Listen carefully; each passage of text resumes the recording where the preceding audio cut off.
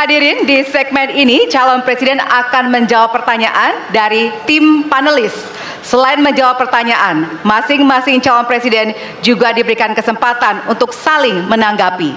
Ya, tim panelis tentunya telah menyiapkan sejumlah pertanyaan dan menjaga kerahasiaannya. Untuk memastikan debat ini berlangsung secara adil, 3 pertanyaan dari masing-masing subtema akan diundi di hadapan Anda. Dan untuk itu, berkenan kami mengundang seluruh calon presiden untuk menuju ke panggung utama dan sesuai dengan posisi masing-masing. Kami persilakan kepada para calon presiden untuk menempati tempat yang telah disesuaikan. Coba sini, Mbak. Ya, hadirin, jika di segmen pertama kita memulai visi misi dari calon presiden nomor urut 1, maka pada segmen ini kita akan memulai pertanyaan kepada calon presiden nomor urut 2. Kami persilakan kepada panelis Bapak Agus Riwanto untuk mengambil subtema di fishbowl. Kami persilakan Pak Agus. Ya, Silakan bisa dibuka. diperlihatkan kepada kita semua tema yang terdapat di dalam bola.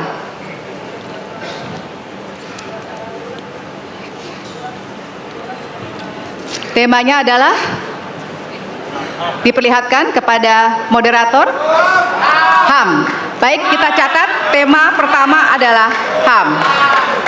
Baik, kami persilakan selanjutnya kepada panelis Bapak Ahmad Taufan Damadik untuk bisa mengambil pertanyaan dari fishbowl. Baik, bolanya bisa ditunjukkan, Pak? Oke, huruf A, artinya itu adalah amplop A untuk hak asasi manusia. Oke. Baik, pertanyaan hanya akan dibacakan satu kali. Pertanyaan untuk calon presiden nomor urut 2 adalah tema HAM, huruf A. Saya akan buka amplopnya Bapak Ibu sekalian, masih disegel.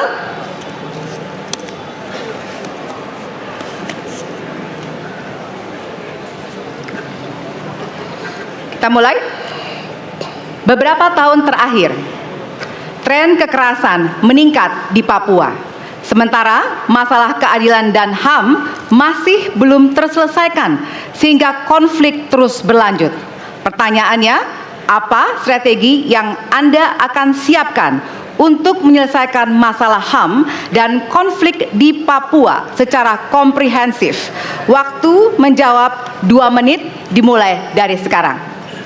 Masalah Papua adalah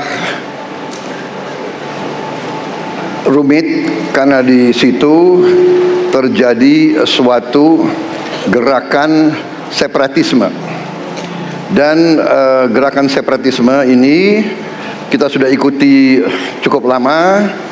Kita melihat ada campur tangan asing di situ, dan kita melihat bahwa kekuatan-kekuatan tertentu selalu ingin Indonesia disintegrasi dan pecah.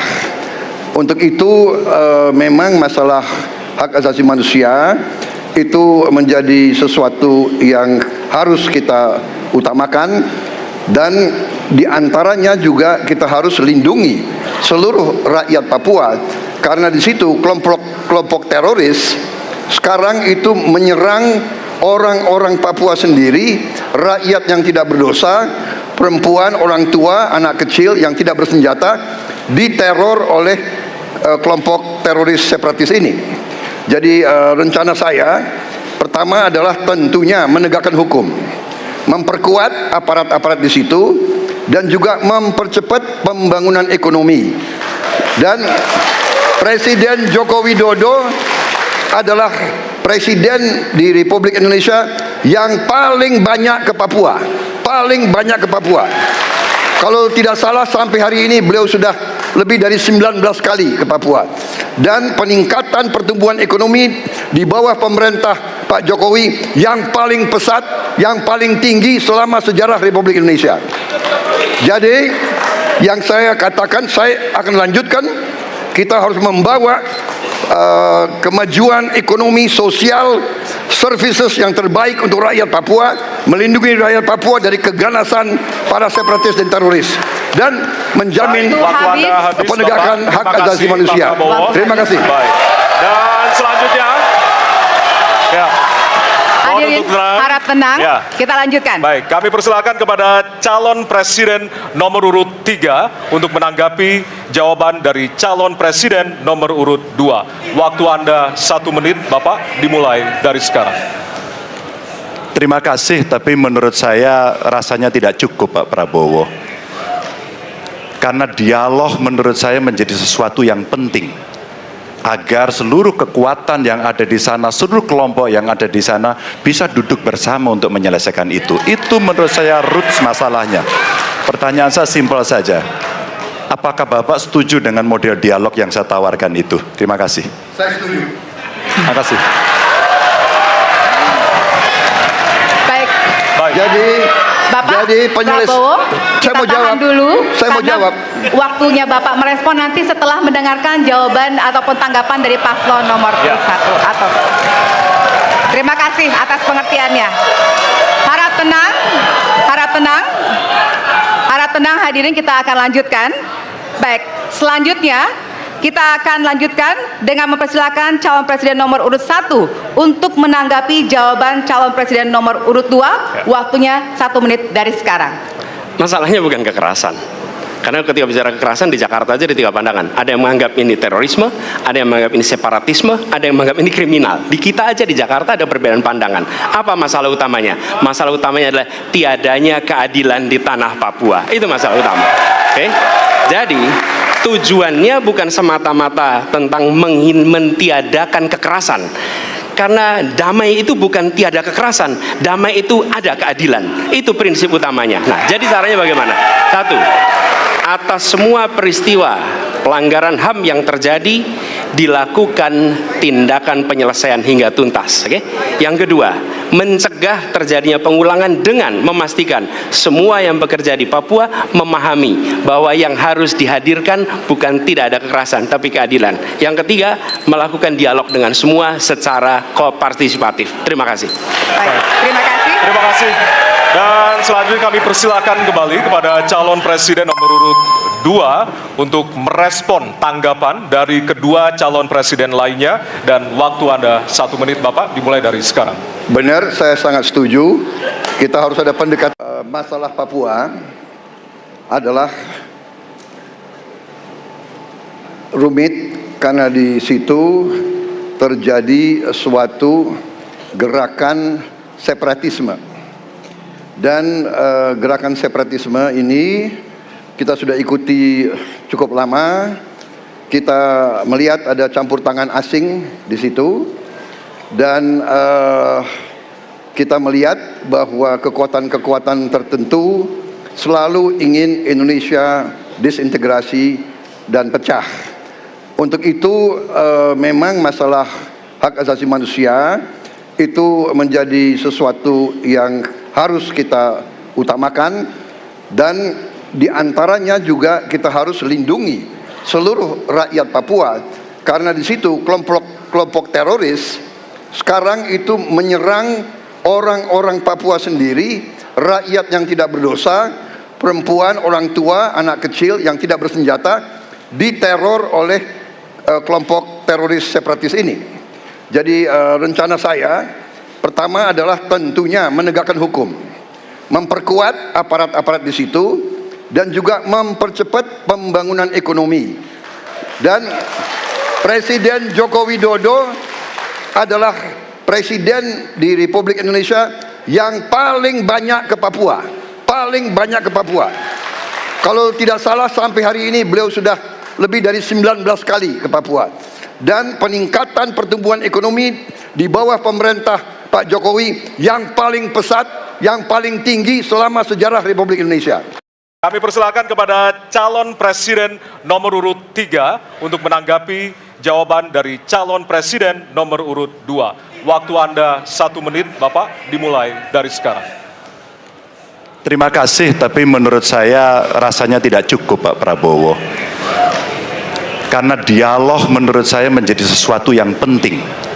agar seluruh kekuatan yang ada di sana, seluruh kelompok yang ada di sana bisa duduk bersama untuk menyelesaikan itu. Itu menurut saya roots masalahnya. Pertanyaan saya simpel saja. Apakah Bapak setuju dengan model dialog yang saya tawarkan itu? Terima kasih. Saya setuju. Terima kasih. Masalahnya bukan kekerasan. Karena ketika bicara kekerasan di Jakarta aja ada 3 pandangan. Ada yang menganggap ini terorisme, ada yang menganggap ini separatisme, ada yang menganggap ini kriminal. Di kita aja di Jakarta ada perbedaan pandangan. Apa masalah utamanya? Masalah utamanya adalah tiadanya keadilan di tanah Papua. Itu masalah utama. Oke? Jadi tujuannya bukan semata-mata tentang mentiadakan kekerasan. Karena damai itu bukan tiada kekerasan, damai itu ada keadilan. Itu prinsip utamanya. Nah, jadi caranya bagaimana? 1, atas semua peristiwa pelanggaran HAM yang terjadi dilakukan tindakan penyelesaian hingga tuntas. Oke?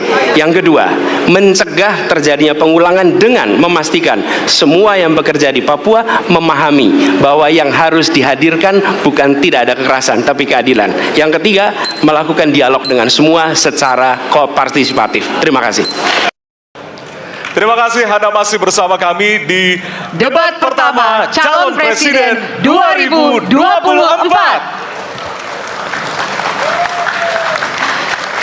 Hadirin, jika pada segmen sebelumnya pertanyaan dibuat oleh tim panelis, maka di segmen ini dan segmen selanjutnya pertanyaan murni dari para calon presiden.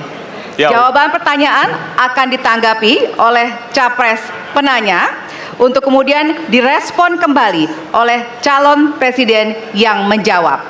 Sebelumnya, kita undang kembali seluruh calon presiden untuk naik ke atas panggung. Kami persilakan Bapak untuk menuju ke panggung utama.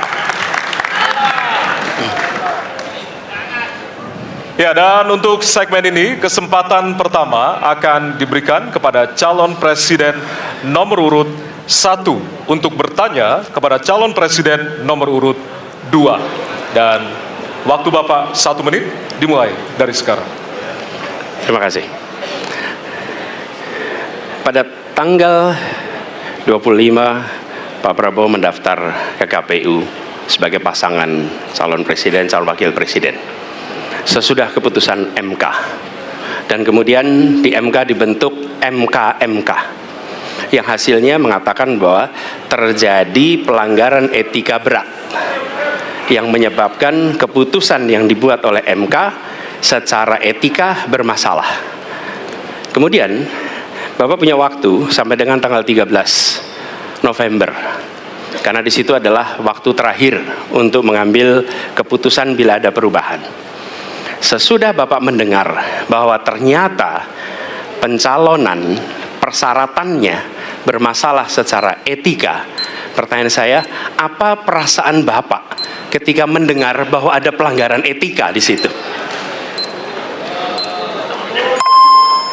Baik, waktunya habis. Kami berikan kesempatan kepada calon presiden nomor urut 2 untuk menjawab selama 2 menit. Waktunya dimulai dari sekarang. Jadi Mas Anies, ya memang suatu perkembangan politik itu ada beberapa segi perspektif, ya. Jadi tim saya, para pakar hukum yang mendampingi saya menyampaikan bahwa dari segi hukum tidak ada masalah.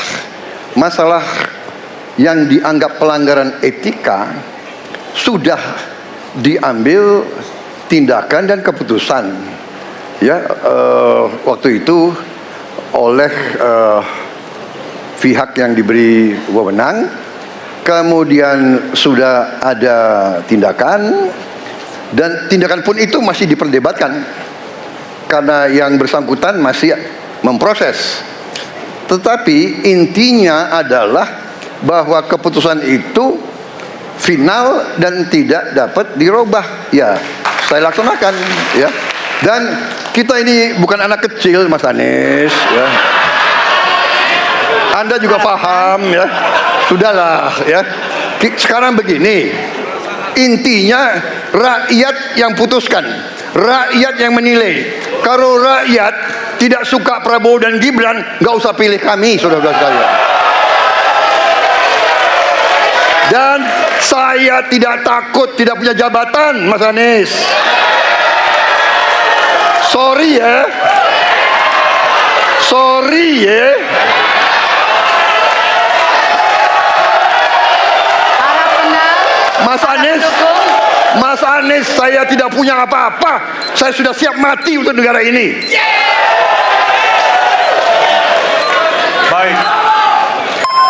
Waktu Anda habis, Bapak, dan selanjutnya kami persilakan kepada calon presiden nomor urut 1 untuk menanggapi jawaban dari calon presiden nomor urut 2. Waktu Bapak 1 menit. Dimulai dari sekarang.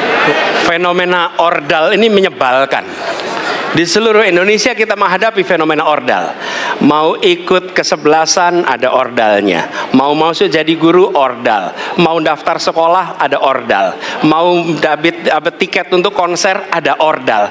Ada ordal di mana-mana yang membuat meritokratik nggak berjalan. Yang membuat etika luntur. Dan ketika fenomena ordal itu bukan hanya di masyarakat, tapi di proses yang paling puncak terjadi ordal, maka rakyat kebanyakan, dan ini saya rasakan beberapa waktu yang lalu, beberapa orang guru berjumpa dengan saya dan mereka mengatakan, Pak, di tempat kami pengangkatan guru-guru itu mendasarkan ordal. Kalau tidak ada ordal, nggak bisa jadi guru, nggak bisa diangkat.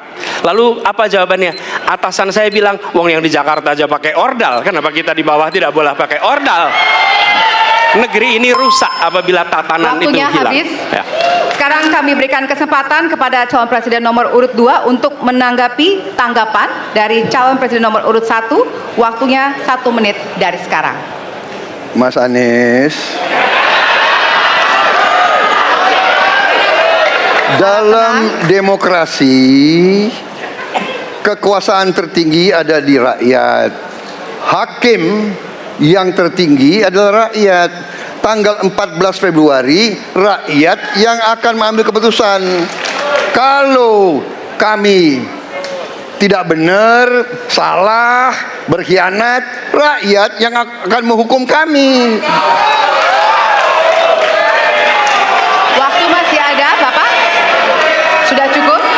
Baik, terima kasih. Harap tenang hadirin, kita akan lanjutkan. Ya, kita akan lanjutkan. Dan untuk kesempatan ini kami berikan kepada calon presiden nomor urut 2 untuk bertanya kepada calon presiden nomor urut 3. Dan waktu Bapak 1 menit dimulai dari sekarang. Mas Ganjar punya pengalaman sebagai gubernur.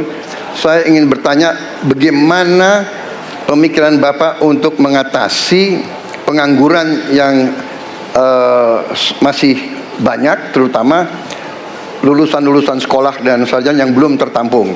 Mungkin pengalaman Bapak bisa Bapak memberi suatu pencerahan kepada kami. Terima kasih. Waktunya masih ada, Bapak ada yang ingin ditambahkan? Baik, cukup. Oke. Selanjutnya kami berikan kesempatan kepada calon presiden nomor urut 3 untuk menjawab selama 2 menit. Waktunya dimulai dari sekarang. Terima kasih Pak Prabowo.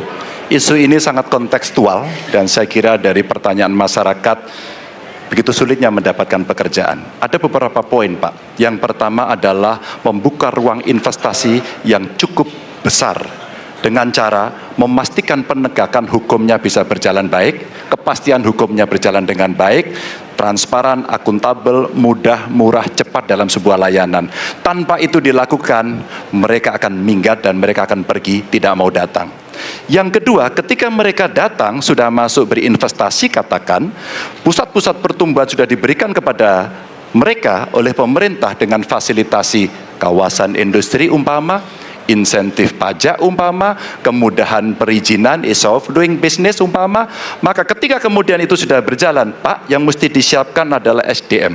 Ketangguhan SDM untuk menjemput itulah yang kita siapkan. Apa itu? Sekolah vokasi, nggak ada yang lain. Dan kemudian SDM inilah yang kita bisa pastikan bahwa mereka sampai dengan 12 tahun mesti sekolah dan gratis. Inilah yang kemudian bisa kita dorong untuk kemudian mereka bisa naik. Ada juga tindakan afirmasi sekaligus untuk menurunkan kemiskinan adalah setiap satu keluarga miskin kita kasih kesempatan satu anaknya sampai ke perguruan tinggi, karena itulah yang akan membongkar dan kemudian memberikan ruang pekerjaan yang jauh lebih banyak kepada mereka. Maka peran-peran inilah yang mesti kita dorong. Kawasan industri Kendal sudah bekerja sama dengan 100-an lebih sekolah vokasi. Kawasan industri di Batang sedang kita siapkan, bahkan kita bangunkan sekolah. Kerjasama antara pusat, provinsi, kabupaten menjadi begitu penting untuk memfasilitasi itu, dan kemudian tugas kita mensosialisasikan untuk mereka bisa terlibat di dalamnya. Baik. Ya, waktu Anda habis Bapak, dan kami persilakan kepada calon presiden nomor urut 2 untuk menanggapi jawaban dari calon presiden nomor urut 3. Waktu Bapak 1 menit. Saya senang mendengar jawaban itu. Berarti Bapak bisa mengakui prestasi pemerintah Jokowi dalam mengembangkan KEK semua, mendorong hilirisasi, menciptakan lapangan kerja, mengundang investor-investor ke Jawa Tengah untuk menciptakan pertumbuhan ekonomi yang bermutu dan berkelanjutan. Terima kasih. Ya. Waktunya masih ada, Bapak? Cukup. Cukup. Baik, selanjutnya kita berikan kesempatan kepada calon presiden nomor urut 3 untuk menanggapi tanggapan dari calon presiden nomor urut 2. Waktunya 1 menit dari sekarang. Pak Prabowo, terima kasih. Ketika kami merancang kawasan-kawasan industri dan bagaimana percepatan itu kita lakukan, kami duduk dengan para menteri, bahkan kami duduk dengan presiden. Kami punya pikiran yang sama dalam merancang ini karena kita ingin menjemput 2045 sebagai negara maju, negara unggul. Itu yang harus kita ciptakan. Maka ketika kemudian soal setuju tidak setuju, kami hampir 10 tahun. Bahkan proyek-proyek strategis nasional yang ada di Jawa Tengah, saya bereskan, Pak. Karena itu bentuk tanggung jawab kami sebagai wakil pemerintah pusat di daerah, dan kami tahu posisi itu agar kita berada dalam satu barisan menjemput keunggulan Indonesia di 2045. Masih ada waktu Bapak? Cukup. Cukup? Baik. Ya, dan selanjutnya kita akan berikan kesempatan calon presiden nomor urut 3 untuk bertanya kepada calon presiden nomor urut 1. Dan waktu Bapak 1 menit dimulai dari sekarang. Mas Anies pernah menjadi gubernur ibu kota, dan hari ini menjadi isu publik. Saya barusan dari IKN. Mas Anies, dengan berbagai kondisi yang ada di Jakarta, traffic jam, orang bermigrasi, bagaimana polusi yang terjadi, saya pengen dapat statement yang clear dari Mas Anies. Apa pendapat Mas Anies ketika kemudian Indonesia sentris itu ingin dibangun, mimpi besar anak bangsa sejak presiden sebelumnya ingin dibangun untuk memindahkan ibu kota dari Jakarta ke IKN? Silakan. Baik, waktunya masih ada, Bapak? Cukup. Cukup? Baik, terima kasih. Kemudian kami silakan calon presiden nomor urut 1 untuk memberikan jawaban selama 2 menit dimulai dari sekarang. Kalau ada masalah jangan ditinggalkan, diselesaikan. Itu filosofi nomor 1. Jadi ketika di Jakarta menghadapi masalah, maka masalah lingkungan hidup, masalah lalu lintas, kepadatan penduduk, ini harus diselesaikan. Ditinggalkan tidak kemudian membuat otomatis selesai. Justru ini yang harus dibereskan. Kalau kami melihat, begitu kita bicara lalu lintas, kontribusi aparat sipil negara di dalam kemacetan itu hanya 4-7%. Jadi nggak akan mengurangi kemacetan di sini. Yang kedua, soal lingkungan hidup. Kalau yang pindah itu pemerintah, bisnis, keluarga masih tetap di sini, masih tetap ada masalah. Karena itu kami berpandangan masalah yang di Jakarta harus diselesaikan dengan transportasi umum yang dibangun. Kemudian yang kedua, menambah taman yang dibangun, transportasi umum berbasis elektrik. Dan itu semua dikerjakan untuk membuat Jakarta menjadi kota yang nyaman, aman, kota yang membuat kita bisa hidup dengan sehat. Itu terkait dengan Jakarta. Jadi, jangan kita meniru pemerintah Belanda.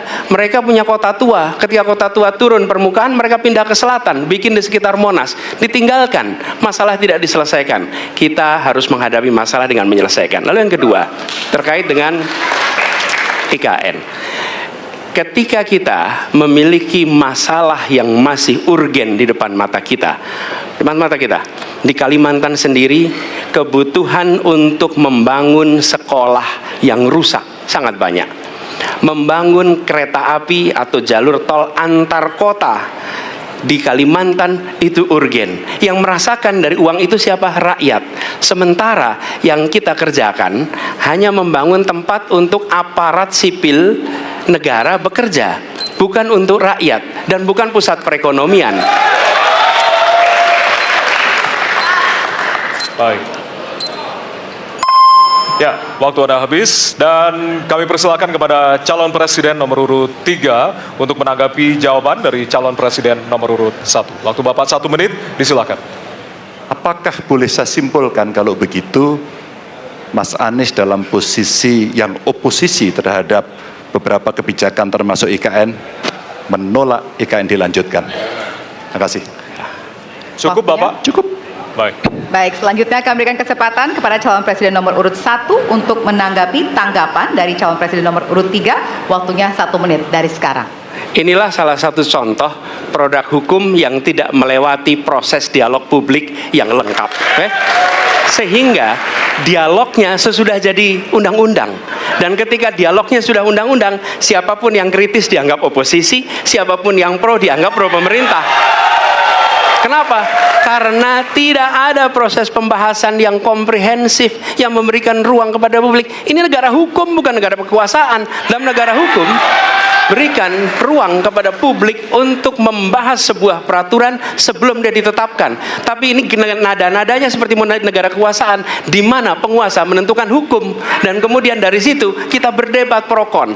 Kami melihat ada kebutuhan-kebutuhan urgen yang dibangun untuk rakyat. Kalau hari ini kita belum bisa menyiapkan pupuk lengkap, tapi pada saat yang sama kita membangun sebuah istana untuk presiden, di mana rasa keadilan kita? Oke. Waktunya sudah habis. Ya, dan kami masih ada 1 segmen lagi. Untuk itu kami persilakan kepada bapak-bapak untuk kembali ke tempat duduk masing-masing.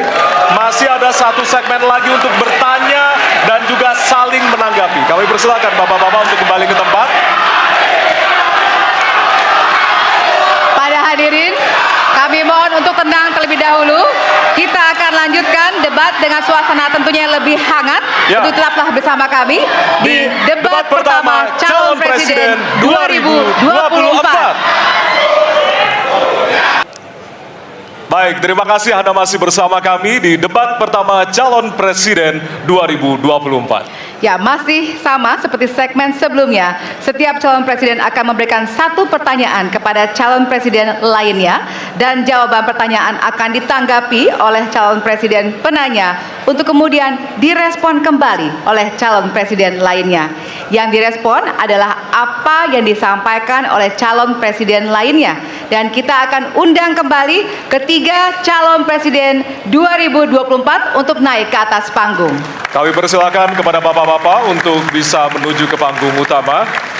Dan kembali kami ingatkan kepada bapak-bapak calon presiden bahwasanya tema di malam hari ini terdiri dari beberapa subtema, yaitu pemerintahan, hukum, hak asasi manusia, pemberantasan korupsi, penguatan demokrasi, peningkatan pelayanan publik, penanganan disinformasi, dan kerukunan warga. Untuk itu, kesempatan pertama akan diberikan kepada calon presiden nomor urut 2 untuk bertanya kepada calon presiden nomor urut 1. Waktu Bapak 1 menit dimulai dari sekarang. Mas Anies pernah jadi gubernur 5 tahun di DKI.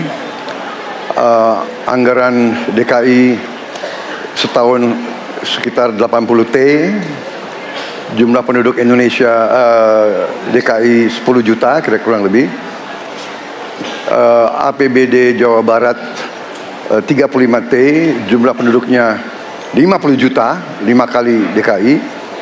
Tetapi selama Mas Anies mimpin, sering sekali DKI menerima indeks polusi tertinggi di dunia. Bagaimana dengan anggaran 80T, Pak Anies sebagai gubernur tidak dapat berbuat sesuatu yang berarti untuk mengurangi polusi? Terima kasih. Waktunya masih ada, Bapak? Sudah cukup? Baik, kita akan lanjutkan kepada calon presiden nomor urut 1. Kami beri kesempatan untuk menjawab pertanyaan selama 2 menit, dimulai dari sekarang. Pak Prabowo, terima kasih atas pertanyaan yang bagus, tetapi kurang akurat. Saya akan jelaskan, Pak. Ketika satu daerah mengatakan di tempat kami tidak ada COVID, di tempat kami COVID banyak, lalu yang tidak ada COVID kami tanya, kenapa tidak ada COVID? Nah, kami nggak punya alat testing, Pak. Karena tidak punya alat testing, maka tidak ada COVID. Yang punya alat testing, maka ada COVID. Okay? Saya tidak tanya COVID, saya tanya polusi. Boleh saya selesaikan dulu? Ya. Jadi, apa yang terjadi? Di Jakarta kami memasang alat pemantau polusi udara. Bila masalah polusi udara itu bersumber dari dalam kota Jakarta, maka hari ini, besok, minggu depan konsisten selalu akan kotor. Tapi apa yang terjadi? Ada hari di mana kita bersih, ada hari di mana kita kotor. Ada masa minggu pagi, Jagakarsa sangat kotor. Apa yang terjadi? Polusi udara tak punya KTP. Angin tak ada KTP-nya. Angin itu bergerak dari sana sini. Ketika polutan yang muncul dari pembangkit listrik tenaga uap mengalir ke Jakarta, maka Jakarta punya indikator, karena itu Jakarta mengatakan ada polusi udara. Ketika anginnya bergerak ke arah Lampung, ke arah Sumatera, ke arah Laut Jawa, di sana tidak ada alat monitor, maka tidak muncul. Dan Jakarta pada saat itu bersih. Kalau problemnya dari dalam kota saja, maka konsisten tiap waktu. Ya, kita punya masalah polusi. Karena itu kita kerjakan dengan apa? Kita lakukan, Pak. 1, dengan pengendalian emisi dari kendaraan bermotor. Dan pengujian emisi sekarang wajib. Yang kedua, elektrifikasi kendaraan umum. Yang ketiga, konversi kendaraan umum. Dan dulu, yang naik kendaraan umum hanya 350.000 per hari, sekarang 1 juta per hari. Jadi itu kita kerjakan untuk menangani soal polusi di Jakarta. Baik. Masih ada waktu, Bapak? Cukup? Ya. Kami persilakan kepada calon presiden nomor urut 2 untuk kemudian menanggapi jawaban dari calon presiden nomor urut 1. Waktu Bapak 1 menit dimulai dari sekarang. Ya, susah kalau kita menyalahkan angin dari mana saja, ya. Jadi saya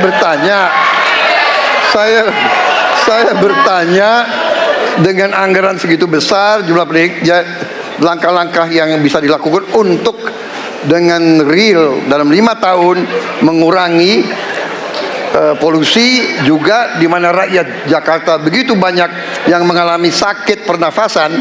Jadi saya kira kalau kita dengan gampang menyalahkan angin, hujan dan sebagainya, ya mungkin tidak perlu ada pemerintahan kalau begitu, ya. Terima kasih. Masih ada waktu? Akan menambahkan? Cukup. Baik, selanjutnya kami berikan kesempatan kepada calon presiden nomor urut 1 untuk menanggapi tanggapan dari calon presiden nomor urut 2. Waktunya 1 menit dimulai dari sekarang. Ya, inilah bedanya yang berbicara pakai data, yang berbicara pakai fiksi. Okay? Ini pakai data. Jadi ketika ditunjukkan, ya memang ada sumber polutan dari dalam kota. Tapi kalau sumber polutan itu hanya dari dalam kota, maka Pak pakai logika sederhana sekali. Jumlah motor dari hari ke hari sama, jumlah mobil dari hari ke hari sama. Maka harusnya angka polusinya sama setiap waktu. Betul tidak? Tapi jumlah motor sama, jumlah mobil sama, ada. Kita sangat polusi. Ada sisi sangat tidak polusi. Nanti kalau perlu saya kirimkan gambar satelitnya kepada Bapak, supaya Bapak bisa menyaksikan. Dan inilah mengapa kita mengambil langkah itu pakai ilmu pengetahuan, pakai data, dan menggunakan saintis untuk terlibat. Kalau tidak pakai itu, maka nggak akan ada langkah yang benar. Dan ini kemudian saya teruskan, Pak, bagaimana pengendalian itu dikerjakan untuk dalam Jakarta.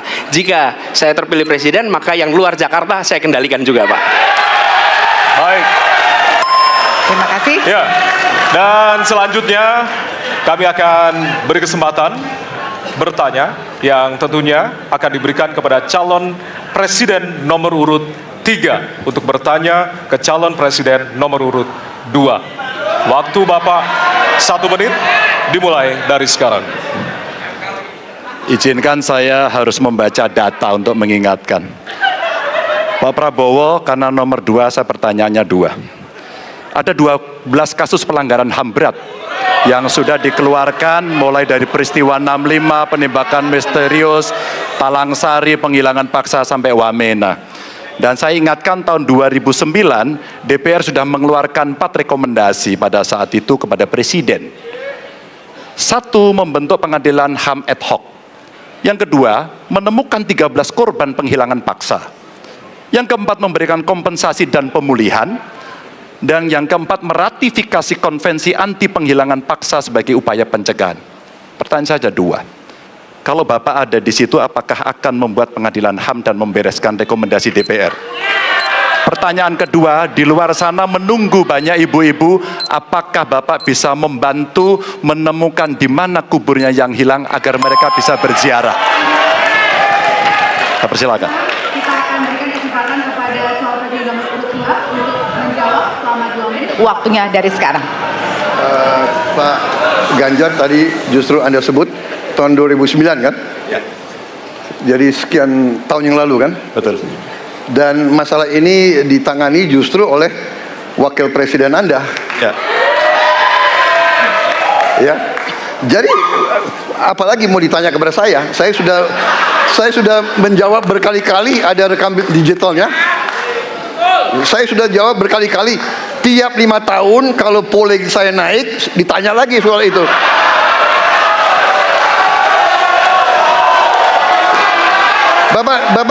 Bapak tahu data nggak?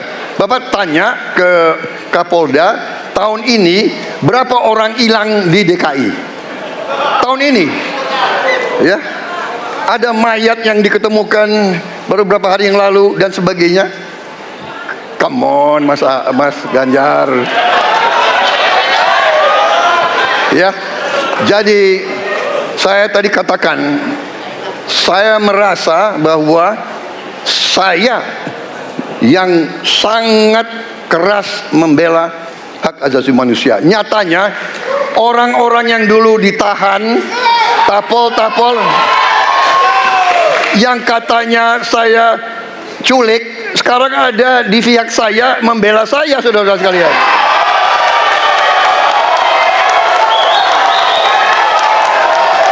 Jadi masalah HAM jangan dipolitisasi, Mas Ganjar, ya. Menurut saya, ya. Saya kira begitu jawaban saya. Masih ada waktu, Yang Bapak? kedua, Pak. Akan menambahkan? Cukup. Cukup, baik. Dan selanjutnya kami persilakan kepada calon presiden nomor urut 3 untuk menanggapi jawaban dari calon presiden nomor urut 2. Waktu Bapak 1 menit, dimulai dari sekarang. Pak Prabowo ini punya ketegasan yang luar biasa. Luar biasa. Tapi sayang pada 2 jawaban ini sama sekali tidak punya ketegasan itu. Kenapa saya sampaikan? Pertanyaan saya sebenarnya 1.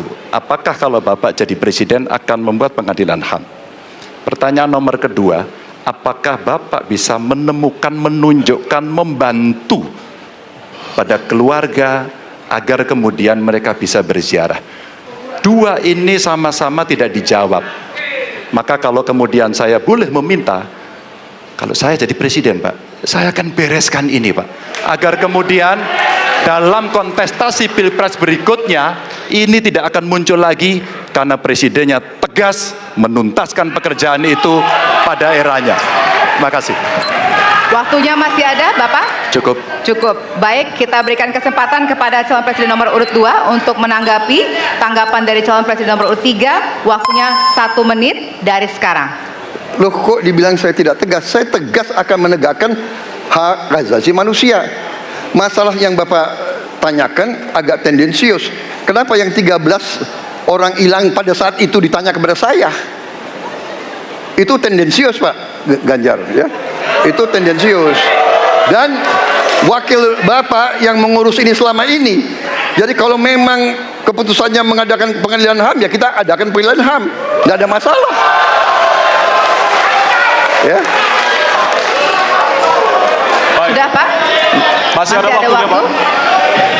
Sudah cukup, Ya. Pak Prabowo? Namanya usaha. Terima kasih. Sudah cukup? Baik. Oke. Ya. Dan Harap selanjutnya tenang.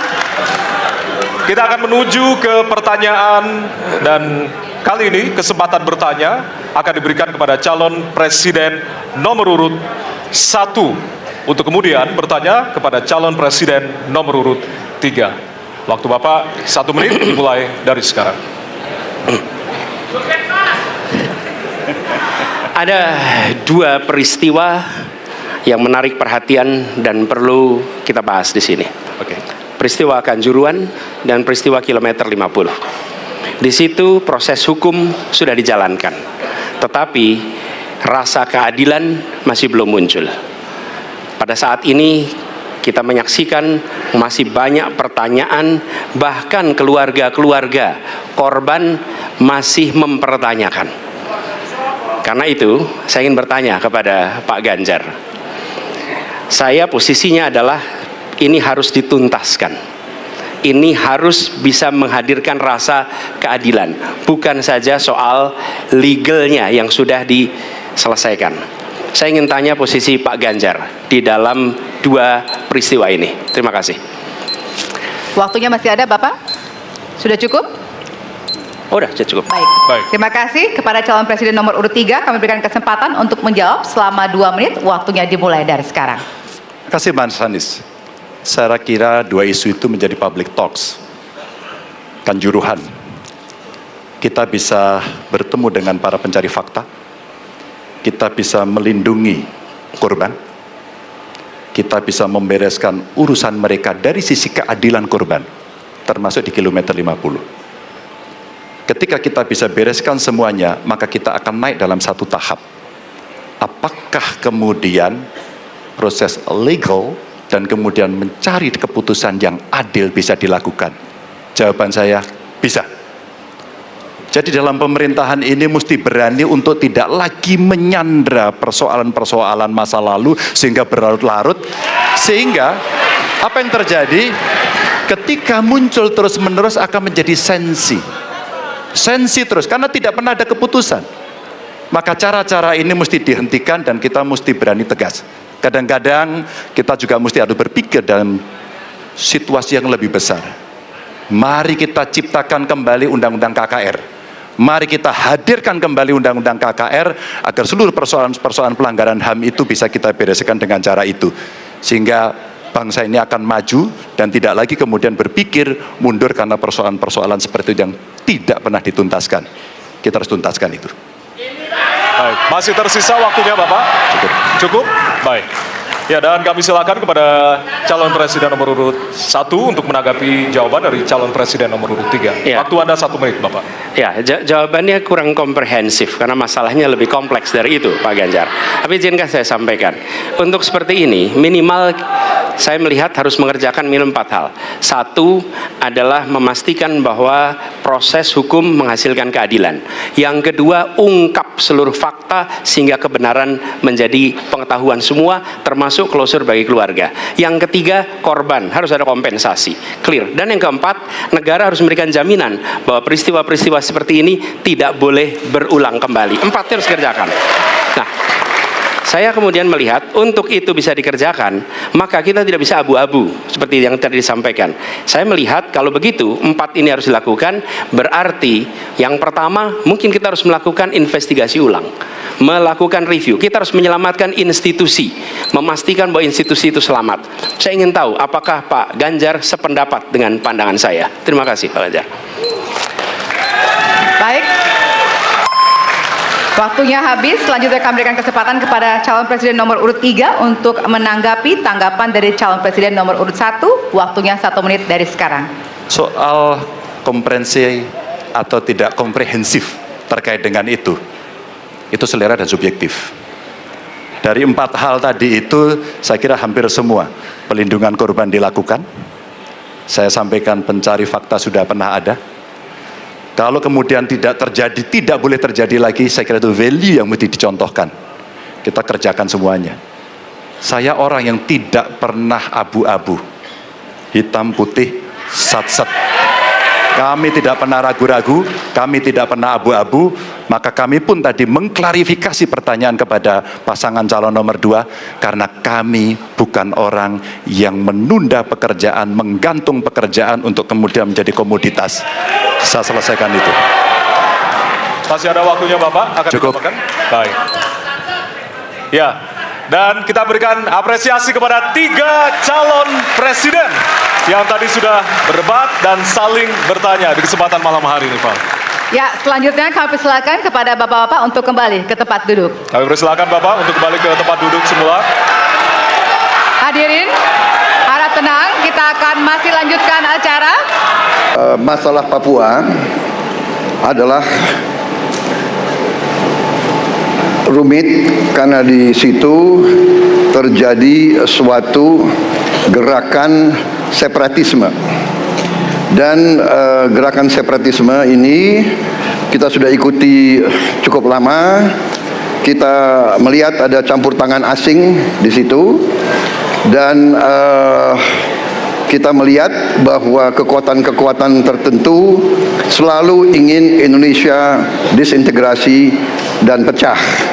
Untuk itu memang masalah hak asasi manusia itu menjadi sesuatu yang harus kita utamakan, dan diantaranya juga kita harus lindungi seluruh rakyat Papua, karena di situ kelompok teroris sekarang itu menyerang orang-orang Papua sendiri, rakyat yang tidak berdosa, perempuan, orang tua, anak kecil yang tidak bersenjata diteror oleh kelompok teroris separatis ini. Jadi rencana saya pertama adalah tentunya menegakkan hukum, memperkuat aparat-aparat di situ, dan juga mempercepat pembangunan ekonomi. Dan Presiden Joko Widodo adalah presiden di Republik Indonesia yang paling banyak ke Papua, paling banyak ke Papua. Kalau tidak salah sampai hari ini beliau sudah lebih dari 19 kali ke Papua. Dan peningkatan pertumbuhan ekonomi di bawah pemerintah Pak Jokowi yang paling pesat, yang paling tinggi selama sejarah Republik Indonesia. Kami persilakan kepada calon presiden nomor urut 3 untuk menanggapi jawaban dari calon presiden nomor urut 2. Waktu Anda 1 menit, Bapak, dimulai dari sekarang. Terima kasih, tapi menurut saya rasanya tidak cukup Pak Prabowo. Karena dialog menurut saya menjadi sesuatu yang penting, agar seluruh kekuatan yang ada di sana, seluruh kelompok yang ada di sana bisa duduk bersama untuk menyelesaikan itu. Itu menurut saya roots masalahnya. Pertanyaan saya simpel saja. Apakah Bapak setuju dengan model dialog yang saya tawarkan itu? Terima kasih. Saya setuju. Terima kasih. Masalahnya bukan kekerasan. Karena ketika bicara kekerasan di Jakarta aja ada 3 pandangan. Ada yang menganggap ini terorisme, ada yang menganggap ini separatisme, ada yang menganggap ini kriminal. Di kita aja di Jakarta ada perbedaan pandangan. Apa masalah utamanya? Masalah utamanya adalah tiadanya keadilan di tanah Papua. Itu masalah utama. Oke? Jadi tujuannya bukan semata-mata tentang mentiadakan kekerasan. Karena damai itu bukan tiada kekerasan, damai itu ada keadilan. Itu prinsip utamanya. Nah, jadi caranya bagaimana? 1, atas semua peristiwa pelanggaran HAM yang terjadi dilakukan tindakan penyelesaian hingga tuntas. Okay? Yang kedua, mencegah terjadinya pengulangan dengan memastikan semua yang bekerja di Papua memahami bahwa yang harus dihadirkan bukan tidak ada kekerasan tapi keadilan. Yang ketiga, melakukan dialog dengan semua secara kopartisipatif. Terima kasih. Kita ada di segmen terakhir dalam Debat pertama calon presiden 2024. Ya, di segmen sebelumnya kita sudah menyaksikan para calon presiden saling berdebat dan juga beradu argumentasi. Ya, pada segmen terakhir ini kita akan menyimak pernyataan pamungkas dari masing-masing calon presiden. Kami mohon para calon presiden untuk maju ke panggung menyampaikan pesan penutupnya. Baik, kami persilakan kepada bapak-bapak calon presiden untuk kemudian merapat menuju ke panggung utama. Ya, Dan untuk itu kami awali dari calon presiden nomor urut 1 kepada Bapak Anies Baswedan. Waktu Anda 2 menit, dimulai dari sekarang. Di sini. Silakan Bapak. Saya rasa kita sama, rakyat Indonesia, saya, kita semua. Bahwa kita menginginkan sebuah negeri di mana praktek korupsi diberantas hingga tuntas. Pemerintah memberikan pelayanan yang terbaik. Dan kemudian kita menjunjung tinggi etika. Kita sama di situ. Karenanya saya ingin sampaikan kepada semua bahwa saat ini kita di persimpangan jalan antara tetap menjadi negara hukum di mana kekuasaan dikendalikan oleh hukum, atau kita menjadi negara kekuasaan di mana hukum diatur dan dikendalikan oleh penguasa. Oke?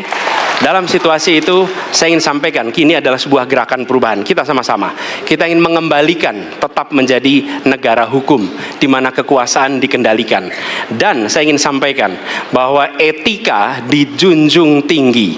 Ketika terjadi pelanggaran etika, jangan bersembunyi di balik keputusan hukum. Justru kita harus mengatakan bahwa tugas dari pimpinan tertinggi memberi contoh. Bila ada pelanggaran etika, maka itu adalah mendasar.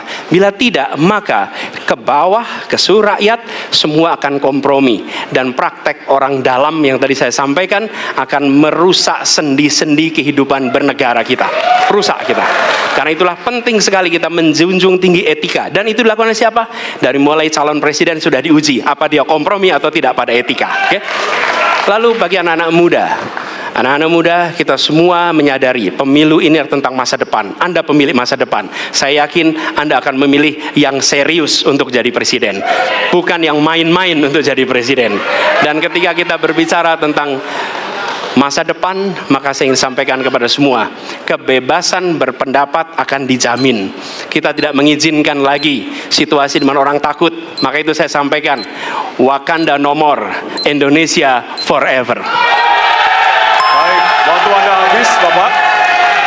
Baik, selanjutnya kami persilakan calon presiden nomor urut 2, Bapak Prabowo Subianto untuk menyampaikan pernyataan penutup. Waktu Anda 2 menit, dimulai dari sekarang. Terima kasih, saudara-saudara sekalian. Kita harus selalu ingat bahwa kemerdekaan ini didapatkan melalui proses yang sangat panjang, perjuangan yang sangat panjang, berganti-ganti negara-negara lain datang menindas kita, merampas kita. Dan ini adalah hukum sejarah manusia. Yang kuat akan menindas yang lemah. Kita bersyukur kita sudah bangun suatu negara yang memiliki demokrasi dengan segala kekurangannya. Kita bersyukur semua pemimpin telah membantu menambahkan kemajuan kita. Kita ingin lebih maju, kita ingin lebih baik, kita ingin lebih adil, kita ingin hilangkan kemiskinan, dan kita ingin hilangkan korupsi. Kita negara yang sangat kaya, kekayaan kita luar biasa. Kami, Prabowo Gibran, Koalisi Indonesia Maju, siap melanjutkan fondasi yang sudah dibangun oleh pendahulu-pendahulu kita. Kita yakin Indonesia akan melompat menjadi negara hebat, negara maju, negara makmur, negara adil. Hanya dengan demikian. Tetapi syaratnya kita harus rukun, kita harus bersatu, kita tidak boleh menghasut, memecah belah. Kita tidak boleh untuk kepentingan sesaat, untuk kepentingan jangka pendek, untuk kepentingan diri kita, kelompok kita. Kita tidak boleh mengorbankan persatuan, kesatuan, kerukunan bangsa Indonesia. Hanya dengan kerukunan, hanya dengan kearifan, hanya dengan kebersihan jiwa, tidak dengan permainan kata-kata retorika, tapi sungguh-sungguh cinta tanah air, Indonesia akan maju. Habis, negara Bapak. hebat. Terima kasih. Terima kasih. Baik. Ya. Dan yang terakhir kita akan menuju ke calon presiden nomor urut 3, Bapak Ganjar Pranowo. Waktu Anda 2 menit, dimulai dari sekarang. Terima kasih. Ini panggilan sejarah buat Ganjar Mahfud. Ganjar seorang anak polisi berpangkat tidak tinggi, bertugas di kecamatan. Pak Mahfud, bapaknya pegawai kecamatan. Kalau kita berada pada momentum yang sama, kami dan Pak Mahfud ini adalah orang kecil yang kalau bapaknya rapat kira-kira anggota Forkompimcam. Kami hanya di level kecamatan. Kami telah terbiasa mencoba mendengarkan keluh kesah rakyat. Panggilan sejarah inilah yang kemudian coba kita klasifikasi dari seluruh persoalan yang muncul. Bagaimana kita memberikan afirmasi kepada kelompok rentan. Ada kelompok perempuan, penyandang disabilitas, anak-anak, termasuk manula. Mereka butuh perhatian yang lebih.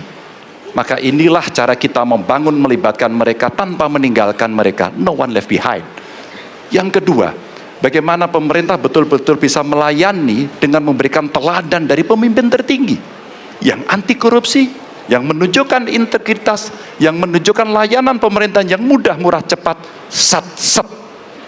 Kalau itu bisa kita lakukan, maka betapa bahagianya rakyat ini. Pemerintah ini ada yang ketika dikritik tidak baperan, yang ketika media menulis, mereka merasa ini vitamin buat dirinya, bukan sedang merongrong, apalagi kemudian merasa terancam.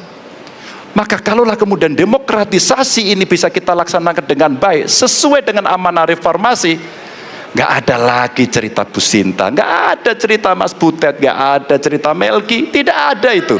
Karena dewasa kita dalam berdemokrasi, maka dalam penghormatan terhadap HAM, mari kita konsisten antara pikiran, perkataan, dan perbuatan. Dan saya berdiri bersama korban untuk keadilan. Terima kasih. Mohon maaf kalau ada kata-kata saya yang kurang. Baik, waktunya Bapak. habis, Ya. pas sekali. Baik, hadirin, kita berikan tepukan yang paling meriah untuk para calon pemimpin Indonesia.